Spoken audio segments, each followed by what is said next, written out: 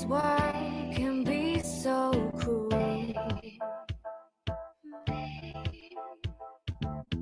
We have our hands tied, they treat us like we're fools. We're underestimated and boxed in. All judgmental labels spread us thin.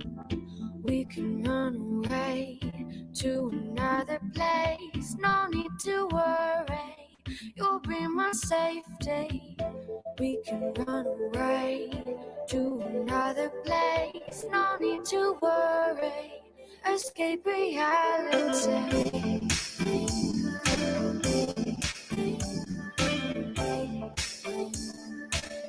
Escape reality.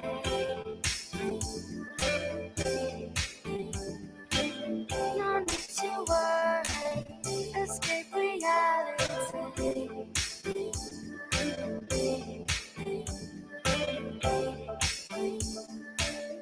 Escape reality.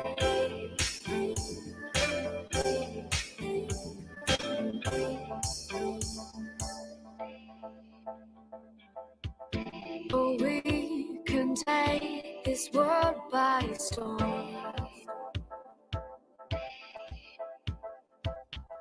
I couldn't want anything more. Just hear me whisper that your dreams lie here with me. And let the stars above serve as your remedy. We can run away to another place. No need to worry, you'll be my safety. We can run away to another place. No need to worry, escape reality.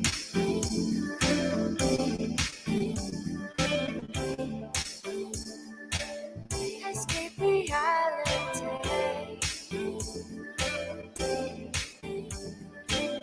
No need to worry, escape reality.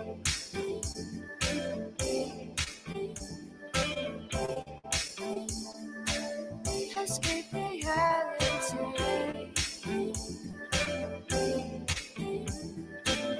No need to worry, escape reality.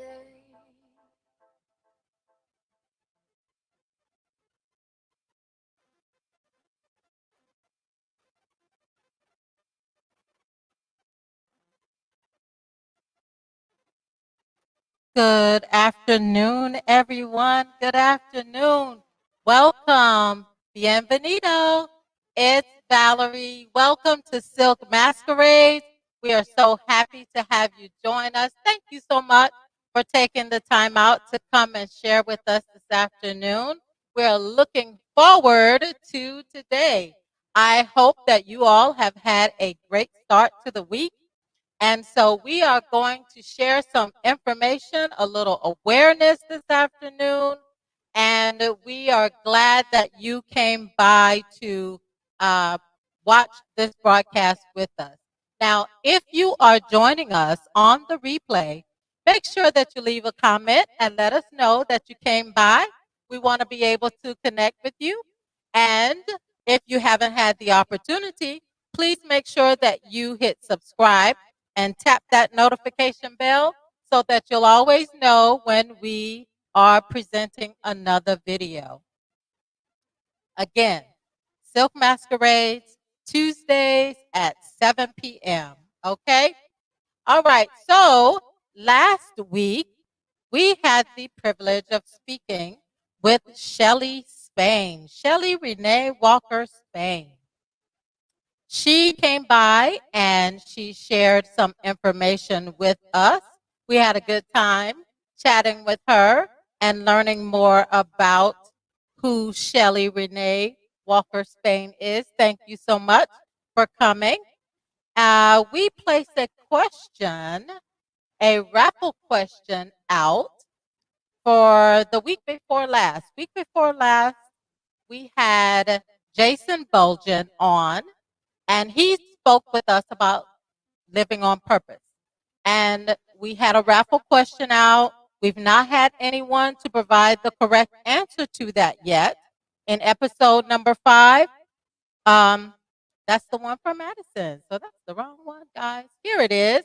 In episode number 6. Number 6 is what I'm looking for. Jason Bulgin, he talked about 2 ways that people most often connect. So what are those 2 ways that most people often connect and grow with others? So we're going to leave that question out there because no one's provided the right answer yet. So if you want to have an opportunity to answer the raffle question, please head on over to Silk Masquerades, either on Instagram or on Facebook, and you'll find that raffle question and place your answer in the comment section. All right. From last week with Shelly Spain, we actually had in episode number 7 of Silk Masquerades, Shelly Renee Walker Spain shared home decor tips with us. What did she tell us about curtains? Because she gave us some specific information about curtains. So that is the question that is on the floor, and we will have our drawing next week. In episode number 7 of Silk Masquerades, Shelly Renee Walker Spain shared home decor tips. What did she tell us about curtains? All right. So today we have a very special young lady joining us. We have Aubree Midgett, and she is here. She's going to share some information with us, give us some awareness about pediatric rare diseases and conditions. So we're going to talk with her and learn who she is. And I am looking forward to this conversation. So we want you guys to welcome Aubree Midgett to Silk Masquerade.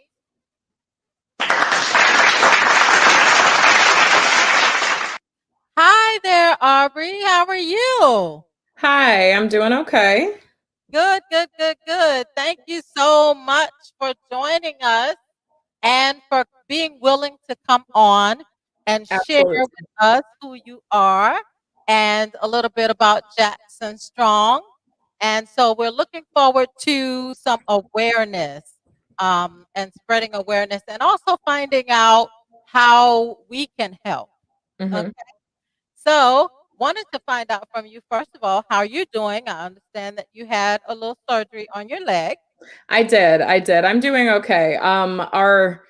My physician for my son, actually, her biggest thing, she teased me about it today, is that we need to take care of ourselves, because the biggest thing that you'll find with I think parents in general, I mean, it doesn't matter if you've got, children with rare disease or other complications, we just don't take care of ourselves. So I finally listened and did the surgery I needed on my leg, but I'm doing okay. Okay, great. Very good. Well, I wanted to find out because a few years back when I started working at Bassett Elementary School, I would see your name and I was trying to learn the staff and who the teachers were and get familiar. And I always said, who is Mrs. Midgett? I've not come across her. Who is? And so they told me you were out with your baby. And so we never really got a chance to work together. But I came across you and a couple of your posts because we have coworkers that we share, Mhm. friends that we know in common, and shared information. And I wanted to become more aware Mhm. about Jackson and what you were going through and what you were dealing with and what he was dealing with. So I asked if you would come on and tell us a little bit about yourself, and you graciously obliged. So thank you so much for that. Of So course. tell me about Aubree. Who is Aubree? Tell me about your childhood, your education, and your family. So a little bit about myself. You could say that I'm a local. We moved here when I was 2. We're a Navy family. So my father got relocated here and ended up retiring here. So I mean, we've pretty much been in the area between Chesapeake and Virginia Beach my whole life. I'm an Oscar Smith graduate, and I went to school my entire life in Chesapeake. Pretty much my childhood was pretty standard. You know, we were a military family. My parents divorced when I was 13, and my mom raised me as a single mom from then on. My grandparents were a big part of my life. Unfortunately, they passed away about a decade ago, but I would always go to my grandparents' house. Even when we moved at 13, I was able to stay. They made sure I stayed in the same district, so, you know, I could stay with all of my friends and stuff. So it was nice to be able to grow up and stay with the same consistent people. You know, South Norfolk, Oscar Smith, they're all really a close-knit community. And I'm still really close with some of my friends from high school. Oh, that's nice. And, you know, growing up, I really had a love for kids. I did children's church when I was young. I actually was the child who was taking care of the other children in the nursery and stuff. It just always came naturally to me. So, you know, when it came time to choose what I wanted to do and what you know, where I wanted to go to school, I really just kind of wanted to stay locally because of my grandparents. They were ill. So when it came time for me to go to college, I decided to go to Old Dominion. So I'm also an Old Dominion graduate for my master's, my bachelor's, and I also have an EDS in educational leadership and administration. Okay. So, you know, I stayed local to be able to help take care of my grandparents and help with their health and stuff. Unfortunately, I did have to prolong some of my schooling and drop out for a little bit because of helping take care of them and stuff.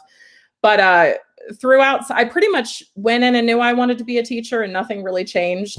You know, you walk in as a freshman and they've got this giant, you know, back then they had all these little signs and they said, well, you know, let's do this opener activity and go where you think you might want to go. And I think I thought about psychology for maybe this much. And then I decided to go into education, and it's been a passion of mine. It was just an amazing choice. You know, my kids really taught me. I think teaching really kind of helped me establish how I advocate for my kids, you know, as you stated earlier, we met, you know, I finished my schooling. I went through a 6-year master's program, and I got my master's in early childhood education, pre-K 3. I love you guys, but I prefer the littler kiddos. So I didn't go pre-K 6. And I remember when I came out of school, it was interesting because now they're desperate for teachers, but you know, it was kind of competitive when we came out back in 2011. So I remember you hit the ground running, you know, and it was interesting. The way I got hired at Bassett Elementary is I heard there was an opening, and I actually showed up, and I think it was Dr. Hill at the time, and they interviewed me and hired me on the spot. And you know, I became part of the Bassett family, and I still, a lot of the people that still work there, you know, that are in and around there, I absolutely love the Hampton family. And I worked for 7 years at Bassett. Unfortunately, as my son was born in 2015. So I had about 4 years I had been in Hampton by then. And I actually was doing the Hampton cohort. There's cohorts that they do, you know, for teachers to be able to get their masters or to get other certifications. And I actually joined, I'll never forget, I joined in 2014 to do the cohort for educational leadership and administration, so I could essentially become, you know, an assistant principal. At the time was my goal. And I actually joined the cohort with Hampton, and then I found out I was pregnant with my son. So I did this cohort for, you know, 9 months pregnant. And then the first 2 years of his life were really, really hectic, but somehow I made it work. And I actually graduated in December of 2000. When was it? 2016, I graduated with my EDS, and then in 2017, I had to quit because obviously his health just declined to the point where I had to be home. But I taught first grade the entire time, and I was in an inclusion class. For those that don't know, inclusion is, there's students that have special needs or are in special education, and inclusion is the idea where they're in the classroom with us, so these children have their accommodations and they have special education teachers that come into the classroom with us, and we work in tandem because you want to make sure that everybody needs to be included. And I really enjoyed it. I enjoyed working with there was so many different people I got to work with, special education teachers, community service board members, social workers. Jennifer Steele is one, that just sticks out to me, because when she started at Bassett, it was amazing. And we were really able to just work in the community and help get the children the help they need, because I really learned working with these kids that your circumstances don't make you. Right. Your circumstances can help build your background, but the people that are there to support you and the people that are there to push you forward are really the ones who help you progress. And I have so many memories and so many children that I just would look at them and I'd say, I don't care what you came from. I care where you're going.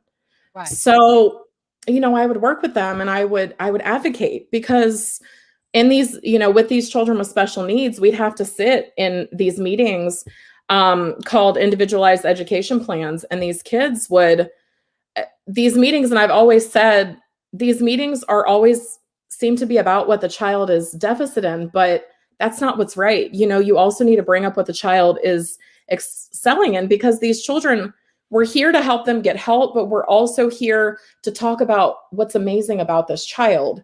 So, and I actually had a couple students who looped with me and who, they repeated the grade, but they stayed with me because they really jived with me, and we were really able to work with the parents. And it's networking. It really is, to get these children the help they need. And I kind of found my niche working with these kids. And it turns out I'm on the other side of the table now with my son.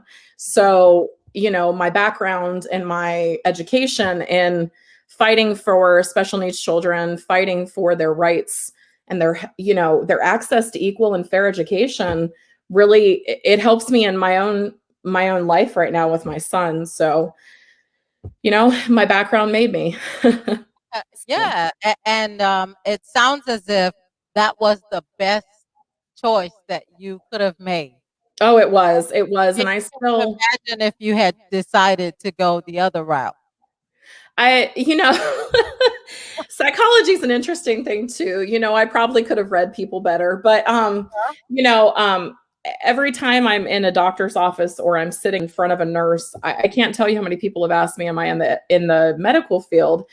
And what's funny about it is teachers, you're in a field of teaching, but you're also in so many other fields, because we are constantly learning. And it just goes out into all these other fields. In parenting, I'm constantly learning, and it comes from my background in education, like cooking, little things like just paying attention to the best way to drive to work. It's just part of me as being a teacher. I'm constantly learning, and it's really helped me absorb everything in this rare disease medical community that I've had to take on for him. So it's a good background.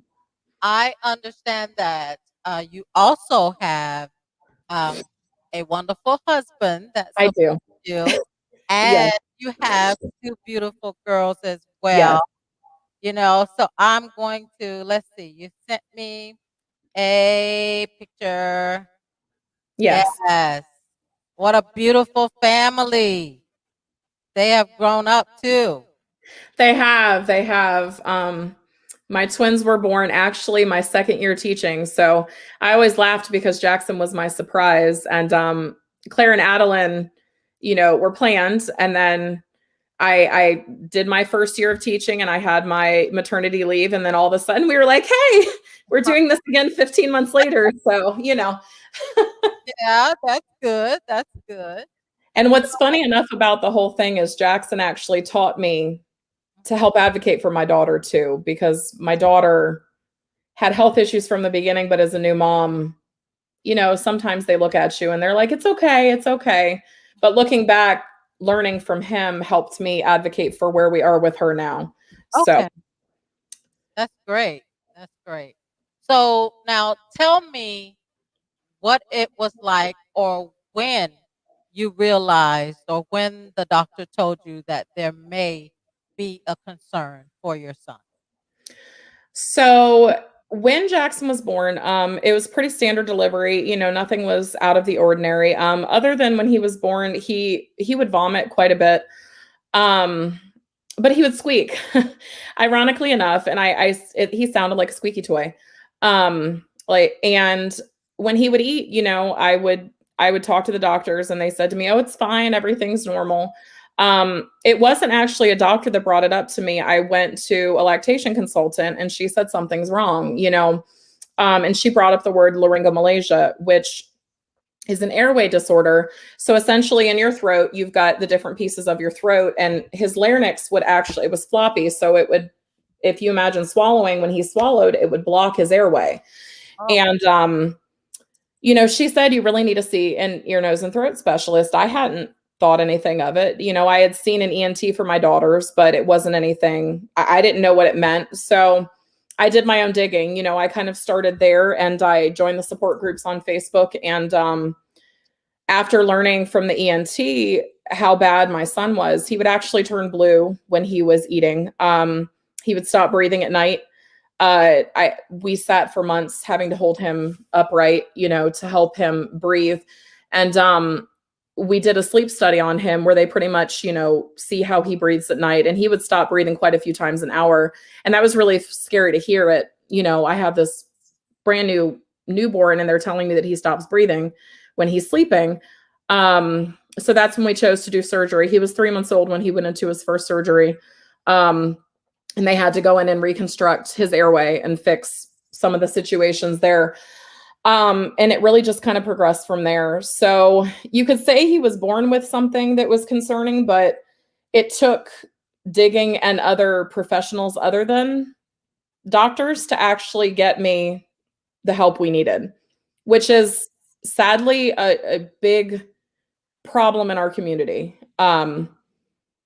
There's a lot of the routes that I've taken and the things that I've learned have come from just that, advocating and things like this, where you hear a podcast, or you hear, you see a physician talking about this, or you see this link for a rare disease. So we started fairly early with airway defects, and it just kind of continued to progress from there. Okay. So let me ask you, the surgery that you did when he was 3 months old, it helped but did not correct the problem. Is that what I'm hearing? So it helps that problem. Okay.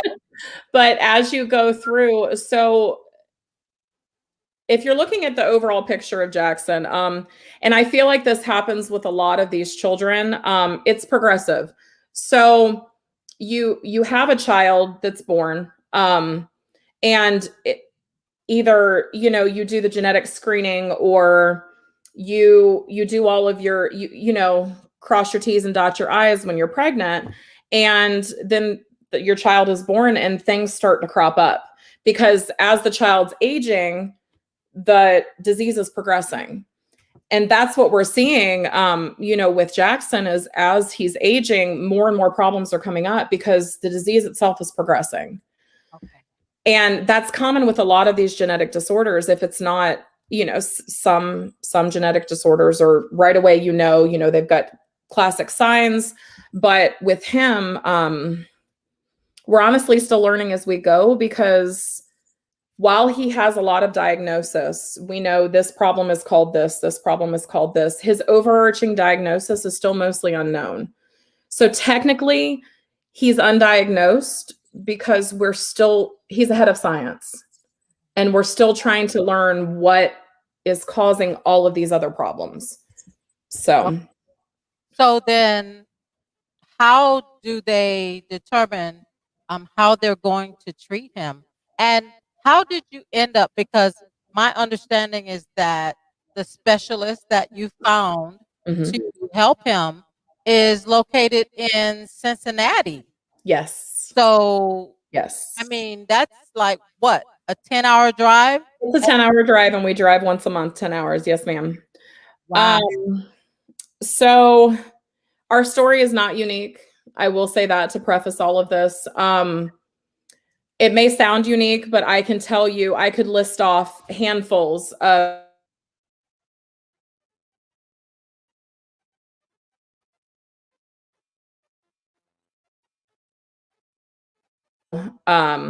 if their child was screened appropriately, they could have gotten the help they needed, etc.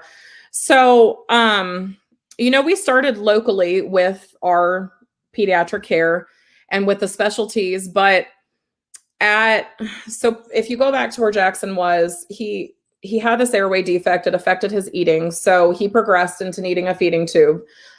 He started with a nasal feeding tube, and then he got one put into his belly. And pretty much it's just a tube that helps you or I would eat via mouth, and it actually would just pump food into him.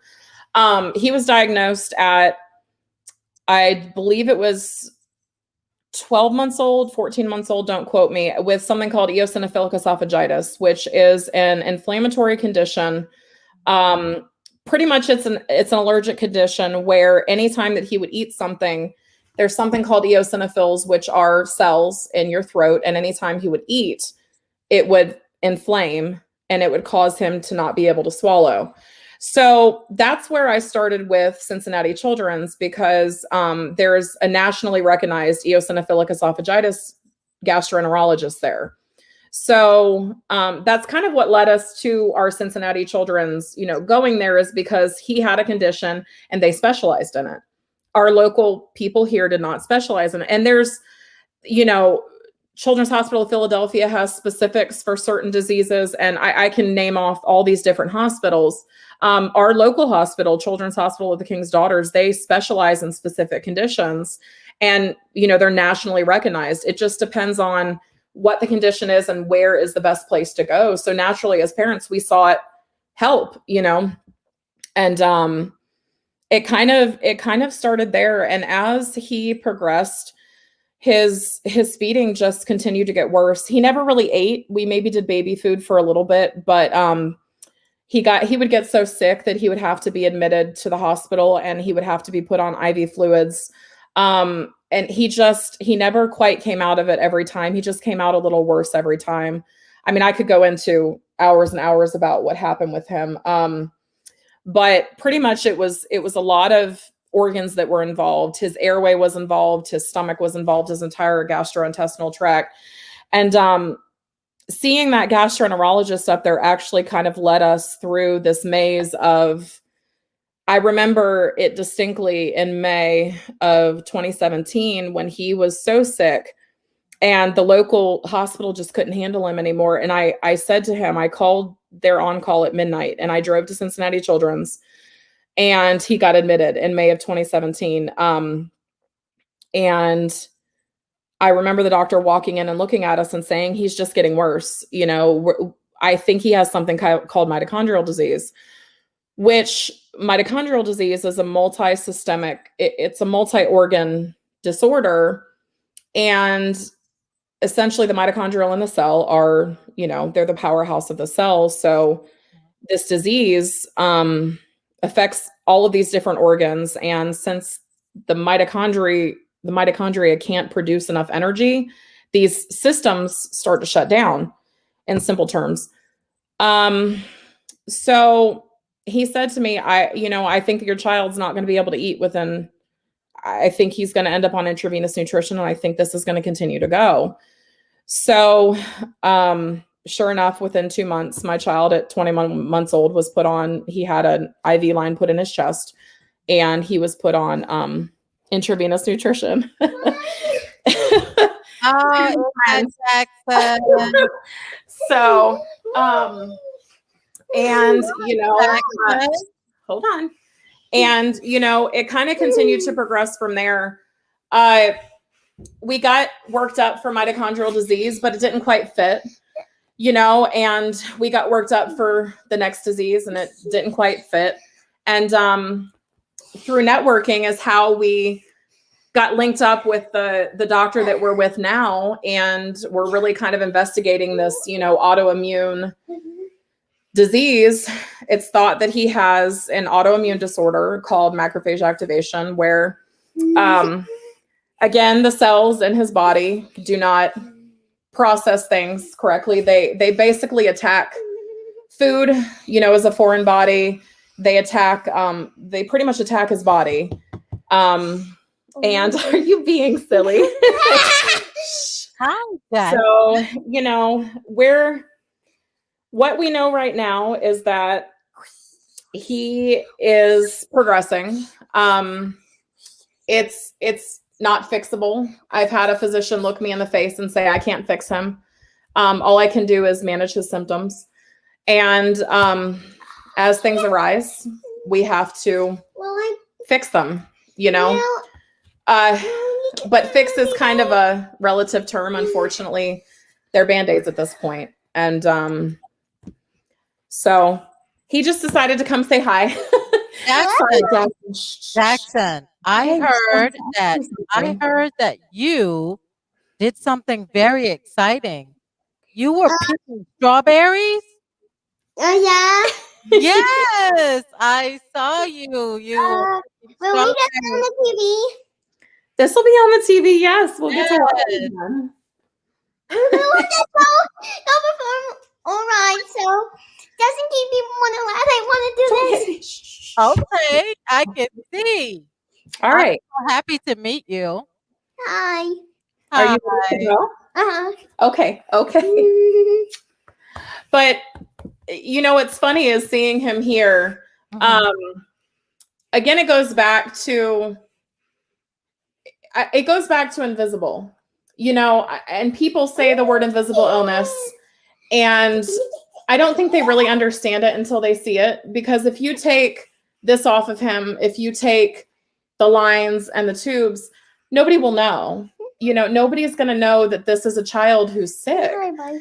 And This is adorable. I've always been a proponent of advocation. You know, you don't know someone's story. You don't know what their background is, you know, and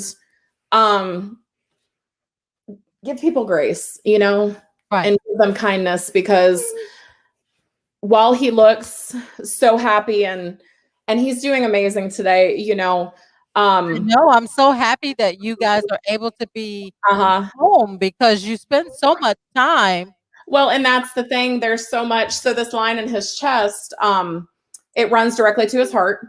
So if you imagine a piece of plastic hanging above your heart, if anything slips in there, any sort of bacteria, it goes directly into his bloodstream. And he's gone septic 5 times. It's with a bloodstream infection, and it's a killer. I'll be completely honest. Sepsis is scary. And there's so many things daily that we have to watch for him, you know, and just to take care of and make sure he's safe. So there's a lot going on with these kids, but like I said, I think just awareness is important for people to understand that he's not alone. He's not the only one. There's so many stories like this. Can you say bye and I can keep chatting? Bye. Bye, Jackson. So nice to meet you, sweetie. I'm sorry, this is a crazy. Oh, Okay, Okay, say bye to your friends. bye. See you soon. Go see your daddy. Uh-oh. So, you know, when you post videos where he's singing or he's playing and he's play acting, I absolutely love it.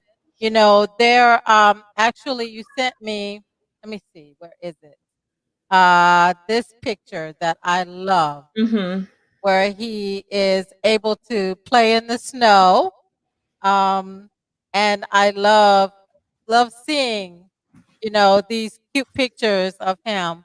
But like you said, you know, then there are the ones that are like this. Mm-hmm. And this is what you were explaining about the care that you have to give him every day to make sure that he's safe. Mm-hmm. Yes. And a lot of that care and that advocacy and that understanding isn't just from me. It's from the networks that we built. Again, I kind of go back to the story where he was, we found Cincinnati Children's and we found this amazing GI doctor, and he kind of pushed Jackson to be stable. I'm going to use stable a lot with him because, Okay. again, there's no fix. I hate to say it right now, but there is nothing to fix my child. And stability is our key. Those pictures of the snow and playing and walking and being outside, it's what all of us want. And when I say us, I talk about a community of parents and adults and children that have these invisible illness, that have these rare diseases. There's so many of us. It's actually said in America that 1 in 10 people have a rare disease. And if you think about that, that's a lot of people that are walking around that are fighting these rare diseases that there's not enough awareness brought to, and each individual disease as its own little. Jackson himself has 5. He has 5 rare diseases. If you look at the labels that he has, and it's not necessarily about bringing awareness to each of those individual diseases, but I think for me, it's about bringing awareness and having these networks and these communities, and bringing awareness to the fact that people live with these, and that, there needs to be more networking, and there needs to be more light brought to these diseases. They're underfunded. There is something called Undiagnosed Disease Network that's huge, and they work with these children, but it's a screening process, and you have to go through and you have to be evaluated by multiple doctors. And there's just so much that needs to be changed and so much more that needs to be looked into. Now, is that something that you would say needs to be changed by parents advocating, or is this something that is going to require some type of legislation? So, and once again, this is such a broad topic. I could go into it with you for days and days and days, but there is a family I can think of, for instance, whose son's disease, it's rare, but if Virginia alone would have had the screening and the newborn screening to find this disease, and he could have had a stem cell transplant before the disease progressed, they would have a child who was walking, talking, playing. Okay. They wouldn't have a child who they're looking and watching die. I'll be completely frank. That's a legislative process where you need to have more research done into these diseases, and you need to have more screening process.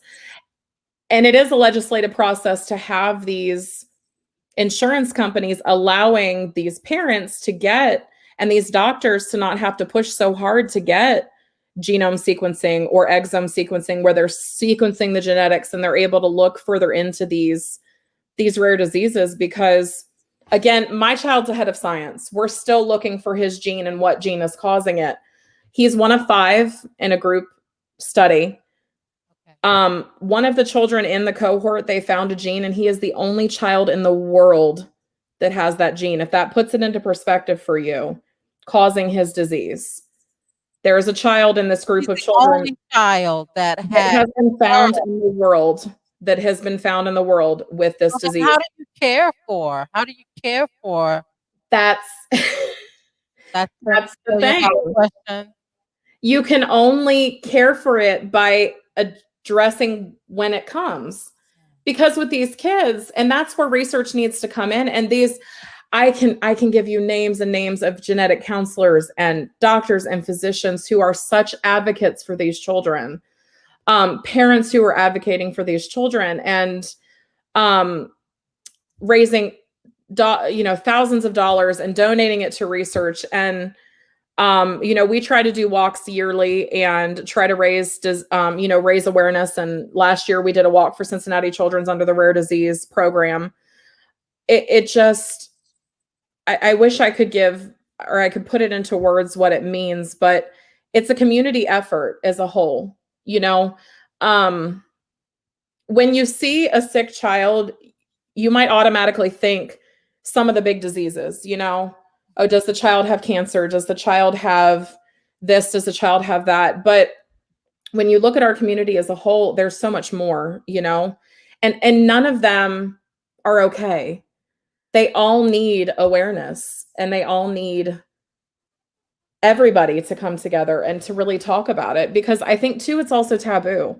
People don't want to talk about a child being sick because they just don't, that shouldn't happen, or it's, that's so sad, or it's too sad to talk about, but it's my reality every day. It's my friend's reality every day. But again, we raise awareness and we talk about the sad, but in the midst of the sad, you see a child, and our only passion is to have a child who gets to have that chance at life. Right. Right. So I'm going to, let's see, you gave me a couple other photos, and I know you mentioned that he had been sepsis 5 times. Mm-hmm. So there is this awareness regarding sepsis. Yes. So sepsis vitality is, again, it's a separate program. I'm not particularly involved with sepsis vitality. It's one of those, all these different awareness groups create the ribbons and things like that. And if you look, so for instance, when you go back to when he was first born, laryngomalacia, it wasn't really known.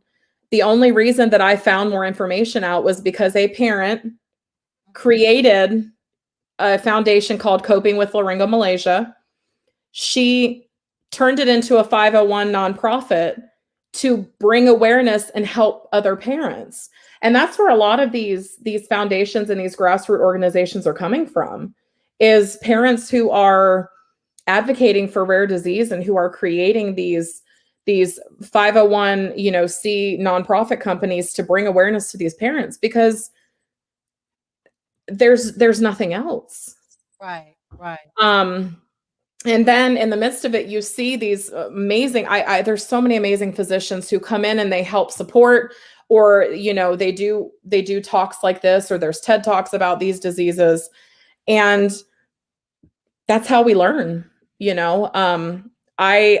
I'll be in the middle of a hospital and they'll tell me, hey, can the med students come in and talk to you? Of course, because seeing Jackson is not normal. It's not something that you would see in everyday life. So, I see a question there. Yeah. I'll get to that in just a sec. What sort of self-routine? This could go on for days. So, I think I talked to you a little bit about, when I was emailing you about the rare disease community.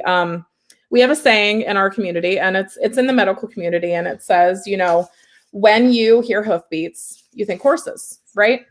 So in the medical world, when you see the sound of hooves, you think horses, but not zebras. They tell the medical doctors, don't think zebras. And pretty much that means when a child comes in with XYZ, think of the most obvious excuse. The child comes in vomiting, he has a stomach bug. I could go on. But with our kids, they're not horses, they're zebras, because they're rare. And when Jackson was profusely vomiting, it wasn't a child who had a stomach bug. You don't have a stomach bug every week and have to be on intravenous fluids. You don't need a feeding tube. You don't need, and I've had doctors who have looked at me and said, oh, is this really happening? And yes, it is. I've got videos, and so you had to prove that this is yes, this community. And that's another thing I think in this community too, with bringing awareness, is having the understanding that these parents are experiencing these things, And we're trying to talk to you, you know, we're trying to explain to you what's going on. And I have had many more amazing physicians listen to me than not. But my phone is filled with albums of all sorts of bodily functions that you would never want to see. Bruising and bleeding and just these things that happen with these children. Because even sometimes in my mind, I'm like, are you really doing this right now? Like, you know, so I say all of that to say it's good to talk about, because the first thing we need to do in our life is talk about it, because I feel like too many people don't talk. They don't want to know. And the fact that you reached out to me and we didn't really quite know each other, but you wanted to talk about Jackson, that means so much. But I also don't want to just talk about Jackson. I want to talk about everybody, because it's not just us. Right. Your And neighbor, that's why I Yeah. wanted to know, because it's like, okay, I've never heard of this. Mhm. So, you know, exactly what, you know, how, what's happening and how, because I know that there were several times that he was so sick, you Mhm. know, and so I was glad that you didn't mind talking and that you And didn't mind answering questions. and I think that's important too. You know, and some parents it's hard for them. And I you know, when I first started out, it was hard for me too, but Okay. as I've gone on, I've realized that talking and explaining it, or even being that voice for someone else, you know, encouraging other parents to, go talk to your medical professional, or have you thought about this, you know, because when I was there 5 years ago, those people, those parents, those physicians, those nurses were the ones who really helped me navigate the situation. And I by no means am an expert. I'm an expert on Jackson. Right. But the one thing I can say with confidence is that I wouldn't be where I am with him if it wasn't for me, the people like me who talked and were willing to explain and to go forth and just help people, you know, whether it be if I have a medical degree or I just have experience with my son. Okay. So tell me a little bit about a couple of these photos and what is going on. absolutely.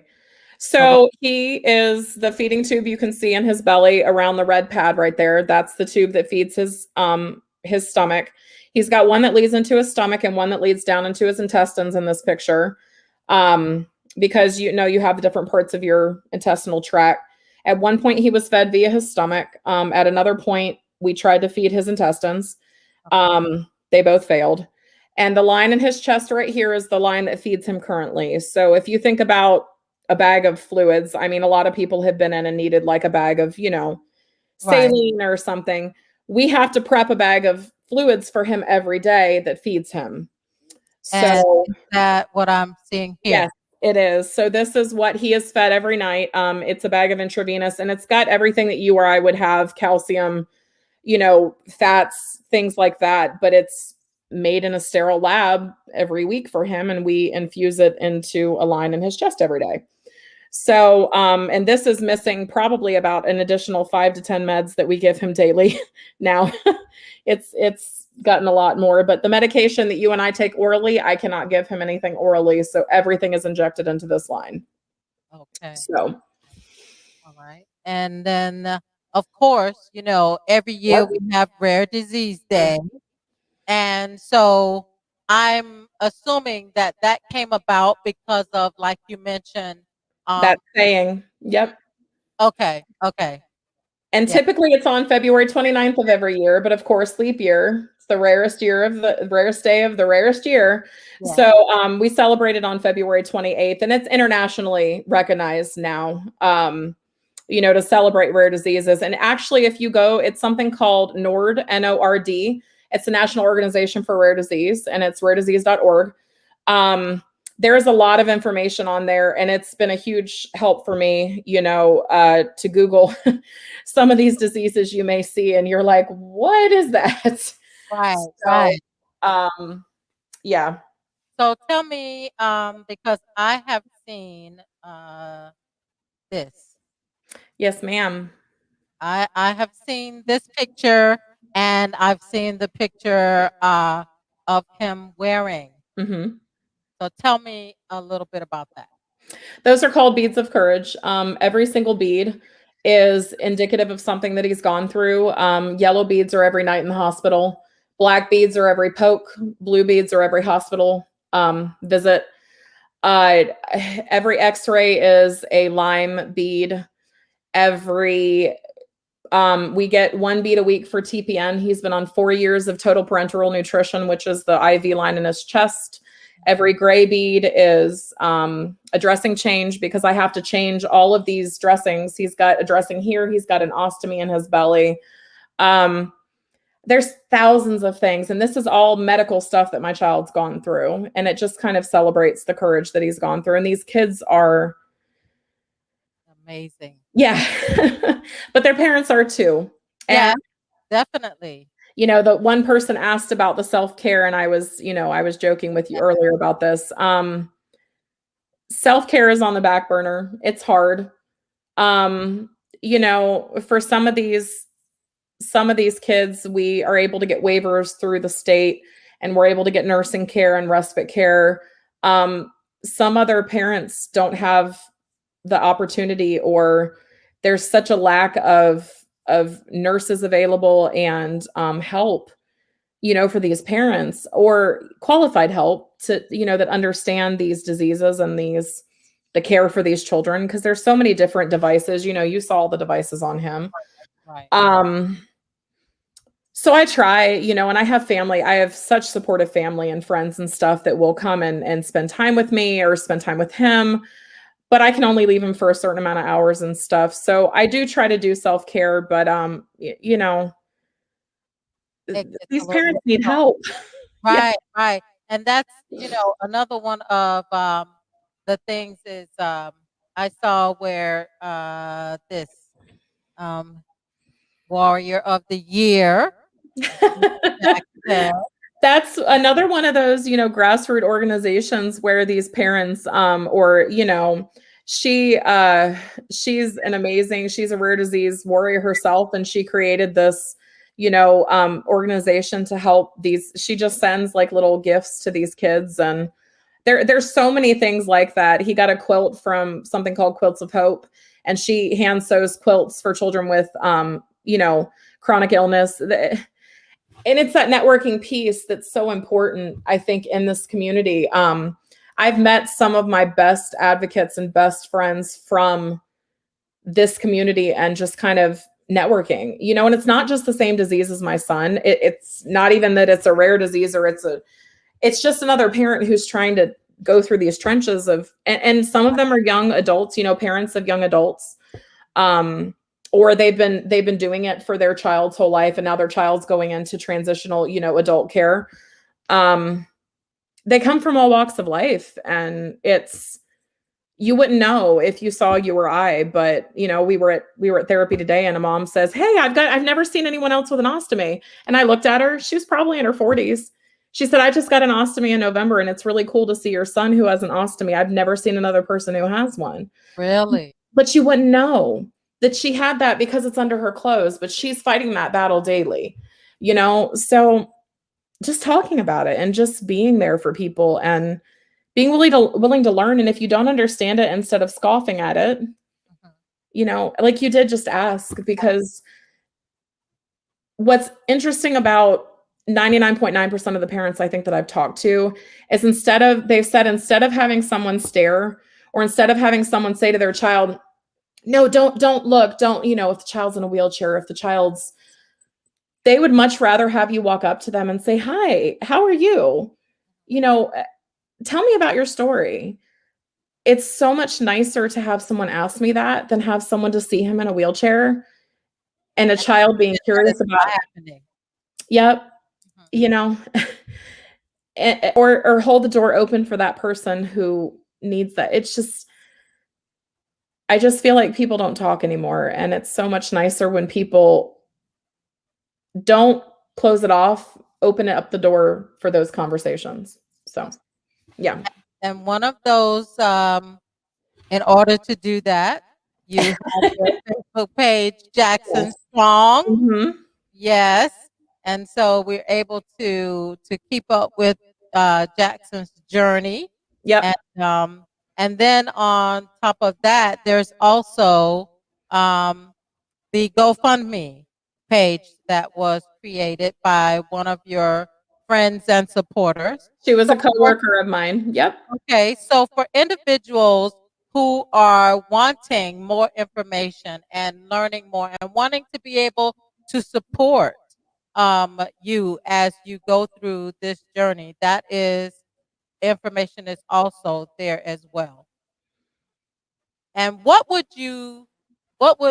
else would you tell someone who's going through a medical journey and not quite sure how to handle it? Or what would you even say to the general public um, aside from what you just mentioned? No question is a stupid question. Okay. And I've learned that very, very fast because in the beginning of this journey, I felt like if I asked something, I was wrong, or I was ignorant. I hate to say it that way, or I would be looked at like I have no other word other than just, I was ignorant, and I've some of my favorite people have told me, don't be afraid to ask, Okay. because that's how you get help. And I'll say to my physicians, I know you told me this before, but I don't understand. Can you explain it more? He's doing this. How do I help him? And just ask, talk to people, network, and don't be afraid to speak up, because when you're afraid to speak up for yourself, for your child, for your niece, your nephew, that's when these children don't get help. These adults don't get help. These people don't get help. And again, I can tell you, I know aunts who have stepped up and who are taking care of their children. So currently sitting at Cincinnati Children's with a bone marrow transplant, uncles, nieces, nephews, adults that are still at these hospitals. Just talk and don't be afraid to advocate for yourself, to advocate for your loved one, because that's how you get the help you need. We're all human. Right. And there's been so many times where if I hadn't spoken up, Jackson wouldn't be in the position he is right now. So. Wow. Well, I tell you what, I know, you don't like when people say you're so strong, but I think you're amazing. I think Jackson is just what he has been told. He is a warrior. And that is primarily why I started this podcast, because we see people, we work with people, we Mhm. encounter individuals all the time, and we never know what their story is. We never know, the gifts, the talents, or the story that they have to share, and how our story can impact the life of someone else. So I am so grateful for you for being willing to come on. I don't know if you saw where Mrs. Lewis said I hi, did. and it was great to see you. We've got Charlisa Harriet. Hi, Lisa. Thank you so much for coming on and commenting and asking questions. So I want to thank you for sharing the awareness and being able to explain, the conditions, and now it makes more sense to me, and I'm sure to others that are watching as well. So I appreciate you. And how can how can someone like me help if we want to help right now? We have GoFundMe, of course, but Mhm. how else can we help Jackson and others like him? Because it's not just children. You just said it was adults as well. Again, I'd say asking what those people need, because it differs. And it took me the longest time to get help from people. But it came from someone who continued to ask, how can I help you? What can I do? Do you need a meal? you know, can I do something for you? Can I go pick up your groceries for you? Can I, and it can be simple things, you know, but a lot of the times we're so entrenched in everything that we don't want to ask for help. But the truth is I'm just like you. I'm not any stronger or any more fit at doing this than you would be. Because if it was your child or your mother or your grandmother, you would fight just as hard because they're your loved one. Right. But just asking them, you know, do you have a GoFundMe? Do you have a page that I can follow, you know, to follow your journey? Do you have a meal train? Do you have a church that is willing to, you know, is your church collecting offerings for you? There's so many different things in the community that have been willing to help. And I don't think I realized how much help and how much people were willing to help until I actually accepted it. Yeah. But, you know, or even if they're not wanting something for them, is there somewhere I can donate, you know, in memory of your loved one? Or is there, you know, a community services place that I can help, you know, give? There's so many different things. And a lot of the times people may not accept it for themselves. But if you say, hey, can I make a donation in your honor to, you know, a charity or a fund that is funding research for this disease, people are willing to do that. And it really helps just to be heard and just to have someone look at you and say, instead of saying, how are you? Say, how can I help? You know, because how are you is such a general question. And I can say I'm fine and walk away. Right. But recognizing that they may say they're fine, but sometimes they're really not. And how can I help you? You know, I think that's really where it changed for me when people started saying, what can I do to help? I see that it's hard. And I listened finally. So Well, I do thank you for coming. Mrs. Lewis says, yes, you're wonderful. I know. I love you, Miss Lewis. I know Miss Lewis is the bomb. She worked with me for a long time too. So, yep. Oh, and that's my cousin Lisa. Thank you, Lisa. But yes, I do appreciate you once again. And tell Jackson I said thank you. I will, absolutely. Thank you so much. Absolutely. So if you'll sit tight for me for a moment. Absolutely. Yep. Okay. All right, everybody. We had the opportunity, the pleasure of speaking with Mrs. Aubree Midgett and meeting the warrior Jackson. And so take the time to get to know someone and to ask them what their story is, or even if there's a way that we can help. And if you find that you're interested in helping Jackson and his family, as well as other kids like him, please make sure that you check out the GoFundMe, check out the opportunities that are available to help and assist. So we want to thank Aubree for coming. All right, everybody. So next week, listen, we are booked into the month of July. So we've got so many things coming up that you guys may be interested in learning, getting to know, finding out more information. Next week, we have Ethel Lee. And Ethel Lee is going to be coming to us to tell the truth is our topic for next week. To tell the truth with Ethel Lee. So make sure that you are around and you stay tuned. Subscribe, tap that notification bell. Just tap that bell you see right there. Tap that. And you'll not miss out on any of the episodes that are coming up. And so we are looking forward to having you join us. You guys, that sound means that we've made it to the end of another episode. Thank you, Miss Lewis. I appreciate you.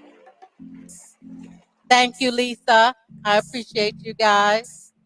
And remember, if there's something missing in your smile, maybe it's time for you to bloom right where you're planted. And then come tell us about it, okay? Let's get into it. Bye. Have a great evening. Peace and blessings, everybody. see you next week, 7 p.m. right here, Silk Masquerades.